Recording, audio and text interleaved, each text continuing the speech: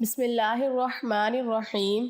ہم بستر سے پہلے ایسے عمل جس سے آپ کی لذت میں بھرپور اضافہ ہو جائے گا۔ مکمل تفصیلات جاننے کے لیے ویڈیو کو آخر تک ضرور دیکھیں۔ ویڈیو شروع کرنے سے پہلے اگر آپ نے ہمارے چینل کو سبسکرائب نہیں کیا تو پلیز ہمارے چینل کو ضرور سبسکرائب کریں۔ ہر شوہر کو چاہیے کہ وہ اپنی جنسی سوجھ بوجھ کو بڑھائے۔ کوئی شخص بھی جنسی لذت حاصل کرنے کے شعور کے ساتھ پیدا نہیں ہوتا، بلکہ ایک سمجھدار شوہر اپنی شریک حیات کے رد عمل سے یہ سب کچھ سیکھتا ہے۔ وہ برابر اپنی اسی صلاحیت کو ترقی دینے میں لگا رہتا ہے کہ وہ فریق ثانی کو لذت پہنچائے اور اس کے بدلے میں خود اس سے زیادہ وہ لذت حاصل کرے۔ مباشرت سے پہلے بستر پر ایک موٹا کپڑا بچھا لیا جائے تاکہ بہہ نکلنے والی فالتو منی بستر کو خراب نہ کر دے۔ اسی طرح مباشرت کے بعد شرمگاہوں کی صفائی کے لیے پہلے سے قریب ایک صاف کپڑا بھی رکھ لیں۔ باقاعدہ مباشرت سے پہلے میاں بیوی کا چند منٹ کے لیے ایک دوسرے کے جسم سے کھیلنا دونوں میں محبت پیدا کرتا ہے۔ پہلے دونوں کپڑوں سمیت اپنے جسم کو ایک دوسرے کے ساتھ مسلیں اور کچھ دیر بعد ایک دوسرے کے جنسی اعضاء کو ہاتھ سے ٹٹولیں اور مسل کر اسے لذت دیں، اور خود بھی لطف اندوز ہوں اور اپنی بیوی کو بھی لطف اندوز کریں۔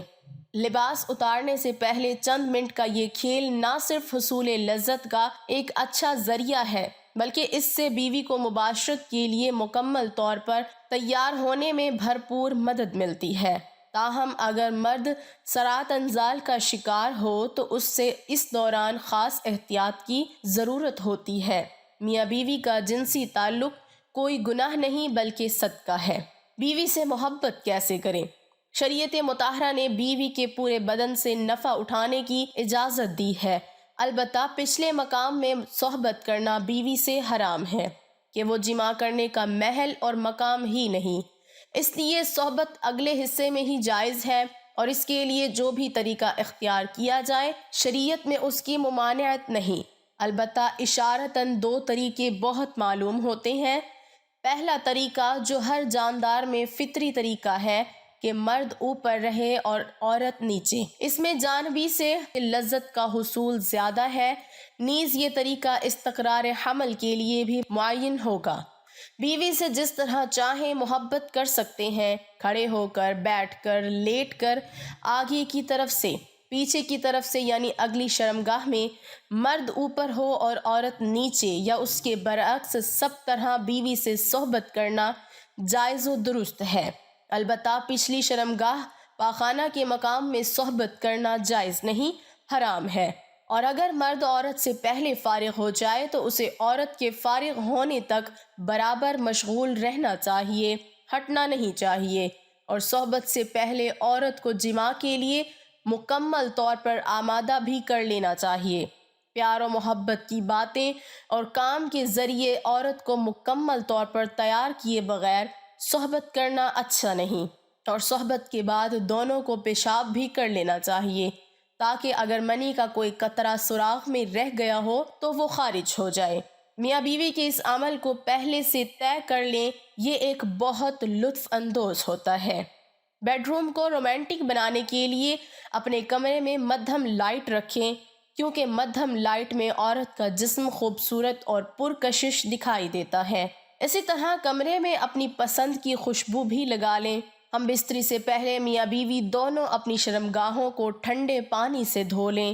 یہ مرد کی ٹائمنگ میں اضافہ کرتا ہے اور عورت کی شرمگاہ اس قدر تنگ ہو جاتی ہے کہ جس سے ہم بستری کرنے میں بہت ہی زیادہ لطف محسوس ہوتا ہے۔ کشادہ بستر کا انتظام کر لیں، اور بستر نہ بہت زیادہ نرم ہو اور نہ ہی بہت زیادہ سخت ہو۔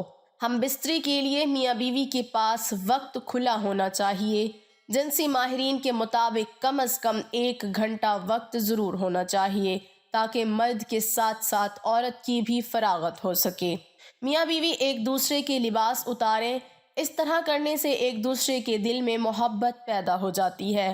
شوہر کے لیے بیوی کی شرمگاہ چھونے اور دیکھنے میں کوئی حرج نہیں، لیکن اسے چومنا بے حیائی ہے۔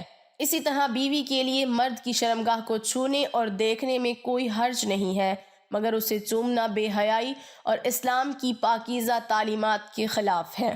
میاں بیوی میں خدا کی طرف سے ہی محبت پیدا ہو جاتی ہے۔ میاں بیوی کا رشتہ ایک ایسا احساس ہے جس میں محبت ہی محبت نظر آتی ہے۔ بعض اوقات کچھ لڑکا لڑکی کی شادی پسند سے نہیں کی جاتی، لیکن وقت گزرنے کے ساتھ ساتھ ان میں ایک دوسرے کی اتنی محبت پیدا ہو جاتی ہے کہ وہ ایک دوسرے کے بغیر نہیں رہ سکتے۔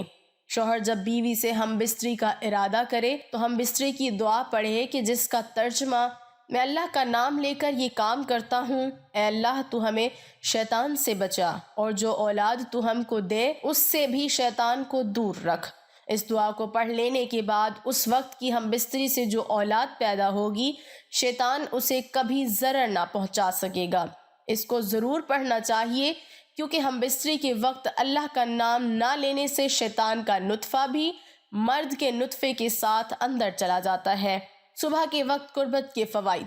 جو مرد صبح کے وقت اپنی بیوی کے ساتھ مباشرت کرتے ہیں وہ لوگ کبھی بھی مردانہ کمزوری کا شکار نہیں ہوتے، اور ان کی مردانہ طاقت دن بدن بڑھتی رہتی ہے، کیونکہ اس وقت ان کے جسم میں بے پناہ جنسی طاقت موجود ہوتی ہے۔ اس وقت جنسی کمزوری کا شکار افراد بھی بہتر انداز میں قربت کر سکتے ہیں، کیونکہ اریکشن اپنے عروج پر ہوتی ہے، اور رات بھر آرام کے بعد انسانی جسم صبح کے وقت جنسی توانائی سے بھرپور ہو چکا ہوتا ہے، اعصاب فریش ہوتے ہیں، اور یہی وہ وقت ہوتا ہے جو مرد اور عورت کے درمیان قربت کے لیے بہت بہتر اور مفید وقت ہوتا ہے، کیونکہ اس وقت مردوں کے ہارمونز عروج پر ہوتے ہیں اور ان کے اندر جماع کرنے کی طاقت پوری طرح جوش میں ہوتی ہے۔ اس وقت قربت کرنے سے بہت زیادہ تسکین ملتی ہے، جس سے مرد اور عورت دونوں کو پوری طرح جنسی لذت ہوتی ہے۔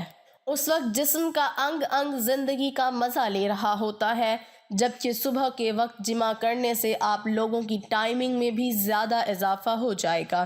اس وقت ذہن پر کوئی بوجھ یا پریشانی نہیں ہوتی، اس لیے اس کا پورا دھیان جنسی قربت پر ہوتا ہے۔ اس وقت مباشرت کرنے سے عورت کے اندر حمل ٹھہرنے کا امکان بھی زیادہ ہوتا ہے۔ اسی طرح رات کو 10 بجے تک سو جانا چاہیے۔ آپ لوگوں کے جنسی حصوں کو بھی پورا سکون حاصل ہوتا ہے۔ پرسکون رہنے اور جنسی کارکردگی بہتر بنانے کے لیے بہتر نیند بہت ضروری ہوتی ہے، لہٰذا ساری رات لیپ ٹاپ اور موبائل کے سامنے بیٹھنے سے گریز کریں، ورنہ ذہنی دباؤ تھکاوٹ سے دوچار انسان کی کارکردگی کیا ہوگی اور آپ کو کوئی بھی کام کرنے سے لطف حاصل نہ ہوگا۔ اللہ تعالیٰ ہم سب کو اپنی بیوی کے ساتھ محبت کرنے کی توفیق عطا فرمائے، اور اللہ تعالیٰ ہم سب کو اپنی بیوی کے حقوق ادا کرنے کی بھی توفیق عطا فرمائے۔ دعا ہے کہ اللہ تعالیٰ میرا سنانا اور آپ کا سننا اپنی بارگاہ الہی میں قبول اور منظور فرمائے، آمین ثم آمین۔ ناظرین، کامنٹ باکس میں اللہ تعالیٰ کے 99 ناموں میں سے ایک نام ضرور ٹائپ کریں۔